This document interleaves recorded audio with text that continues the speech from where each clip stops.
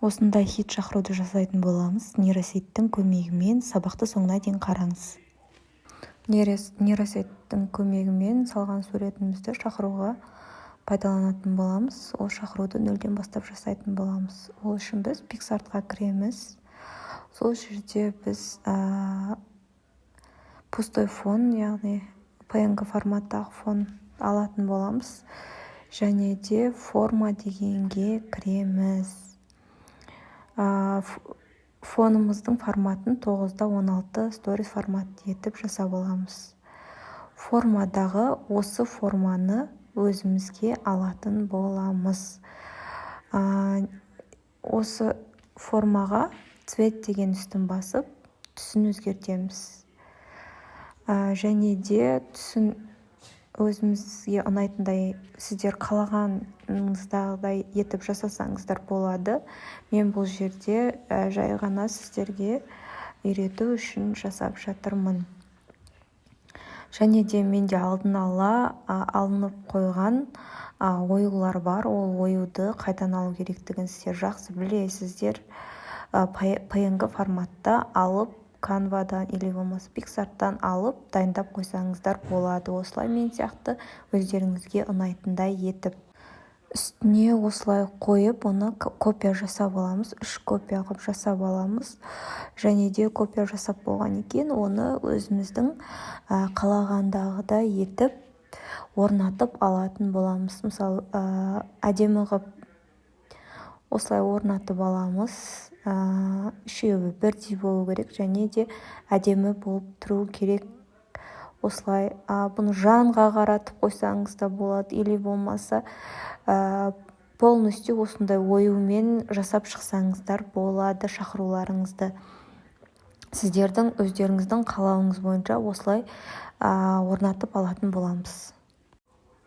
Осы фонды сохранить деп біз галереяға сақтап алатын боламыз. Одан кейін CapCut приложениесіне кіріп, ол жерде өзіміздің ұнаған фонымызды таңдап аламыз. Мен жерде фонды дайындап қойдым алдын ала. Осы фонды алып, мен сіздерге жаңағы дайындаған конвертімді үстіне қойып көрсететін боламын. Осы шақыруды менен сұраған болатын, қалай жасау жолын. Сол себепті мен сіздерге үйретіп көрсетіп жатырмын. Бұндай шақыруды шыны керек, мен әлі өзімде жасаған жоқпын. Осылай қойып аламыз. Және де оны копировать етеміз де астына түсіре салатын боламыз екінші бөлігін. Және де оны екінші бөлігін келесі бетіне жылжыту арқылы қолмен оны мына бетіне өткізіп жібереміз, және ою жағын астына қарай жіберетін боламыз. Және де осы жерде бізде слой деген бар. Слойдың бір дегенді таңдаймыз. Сол кезде ол автоматты түрде астына түсетін болады. Мен осы жерде бір қателік жасадым. Себебі мен мына қағаз конверттің бетін жасаған кезде оған мен тен беруді ұмытып кеттім. Сол себепті PicsArtқа барып қайтадан жаңағы мен жасап қойған фонға тен дегенді басып, оған тен беретін боламын. Тенді басқан екен, ол жерге әйтеуір тен бере салмаймыз. Ол жерде позиция деген басып, оны туралап алатын боламыз. Және де түсін ашықтау қылып берген дұрыс. Мен ашық серый түсті беретін боламын. Серыйдің қазақшасын ұмытып қалдым, кешірім сұраймын. Және де сол жаңағы шақырудың орнына заменить десеңіздер, тура сол шақырудың орнына қойып беретін болады. Мына жерде менде память жоқ болған себепті сақталмай жатыр екен. Тен берген осы қағаздың бетін сақтап алдым. Және де CapCutқа барып, жаңағы шақырудың үстін басып, заменить десеңіздер, жай ғана ауыстырып бере салады сіздерге. Наложениемен қоюдың қажеті жоқ. Осылай заменить етіп қоя салдым.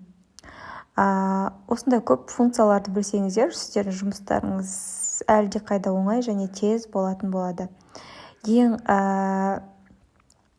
осы жерде Pinterestке кіріп, бетіндегі домалақ, яғни алдында сабақтарда сұрап жатады қыздар, оны не деп атаймыз? Штамп деп аталады. Штамп деп Pinterestке жазамыз, штамп деп жазасыздар. Штамп PNG деп жазсаңыздар, сізге неше түрлерін шығарып береді. Мына жерде мынау маған ыңғайлы және менің дизайныма сәйкес келетін сияқты. Оны Телеграмға барып, Save бот арқылы оны скачать етіп алатын боламыз. Save ботқа жаңағы ссылкасын қойсаңыздар, автоматты түрде сіздерге скачать етіп береді. Мінекей, осы штампты сохранить деп галереяға сақтап аламыз. Және де оны Eraser или болмаса background деген бар. Сол арқылы артындағы фонды удалить етіп алыңыздар. Мен Eraserмен удалить еттім. Атын дұрыс айтпасам тағы да кешірім сұраймын. Себебі ондай қателіктер менде болады. Артындағы фонды удалить етіп, оны сақтап аламын, сейв деп.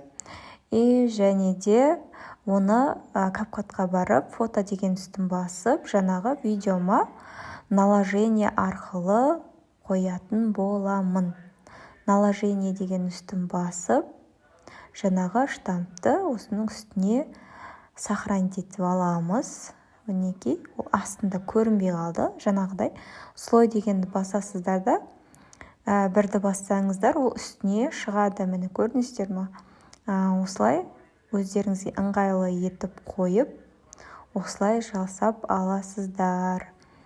Сосын конверттерге анимация береміз. Вводпен бермейсіздер, себебі ввод деген басталғандағы анимация бізге керек емес, бізге выводтағы анимация керек.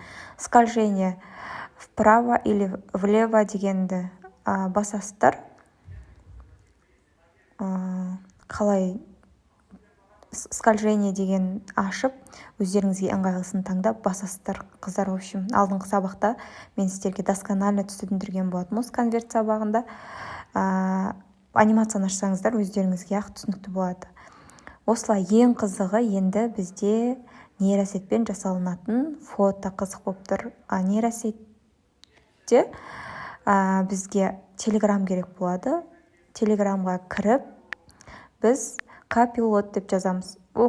Және осы жерге орысша жазасыздар ма, ағылшынша жазасыздар ма, өздеріңіз білесіздер. Мен былай жазып жатырмын. Қазақша жаздым. Қазақтың баласы және қолында туы бар деп жаза салдым. Мен өзіме ойыма келген сөзді осындай пригласительный және де көрдім. Мен соған қарап жаза салдым. Бұл жерге капилотқа кез келген нәрсе жазсаңыздар болады. Бұл нейросет жаңағыдай искусственный интеллект деді ғой, өзі құрастырып суреттерді шығарып береді сіздерге, әдемілеп фото шығарып береді. Өте ыңғайлы, кішкене 5-10 минут күте тұрасыздар. Содан кейін сіздерге осындай сурет дайындап беретін болады. Бұл искусственный интеллект болған екен. Кейде дұрыс оқымай қалады, мысалы шапкаларын дұрыс жасамауы мүмкін, себебі жоңғарлардың шапкасы сияқты қылып жасап қою мүмкін. Бұл нейросет, оған ешқандай не жоқ. Сол себепті жаңағы ұнамаса астына өзіңіздің қалағаныңыздағыдай қылып жазып, қайтадан сурет жасатып алсаңыздар болады. Қалаған суретіңізді жасатсаңыздар болады. Мен мына суретті жасап берді. Мен осыны скачать етіп жатырмын. Және де бұл фонын, артқы фонын удалить ету керек болып тұр. Негізі бұл сіздерге көрсету үшін жасаған себепті удалить етуге еріндім. Автоудалениені басқан едім. Маған дұрыстап өшіріп бермеді. Маған ұнамады.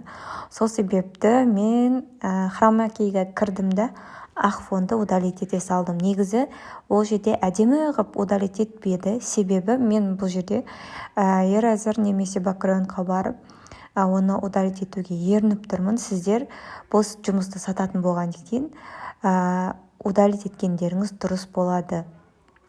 Осылай қыздар, Копилот егер қолдарыңыздан келіп жатса, App Store'да немесе Play Market'тен скачать етіп алсаңыздар болады.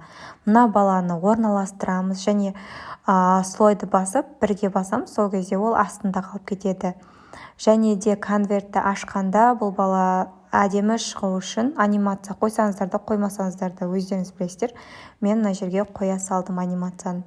Мінекей, біздің шақыруымыз осылай жасалынды. Осындай біліммен бөліскен маған міндетті түрде жазылып, лайк басуды ұмытпаңыздар. Осы суреттер мен копилот арқылы жасаған, нейросет арқылы жасалған суреттерім. Сіздер өздеріңіздің версияларыңызды жасасаңыздар болады.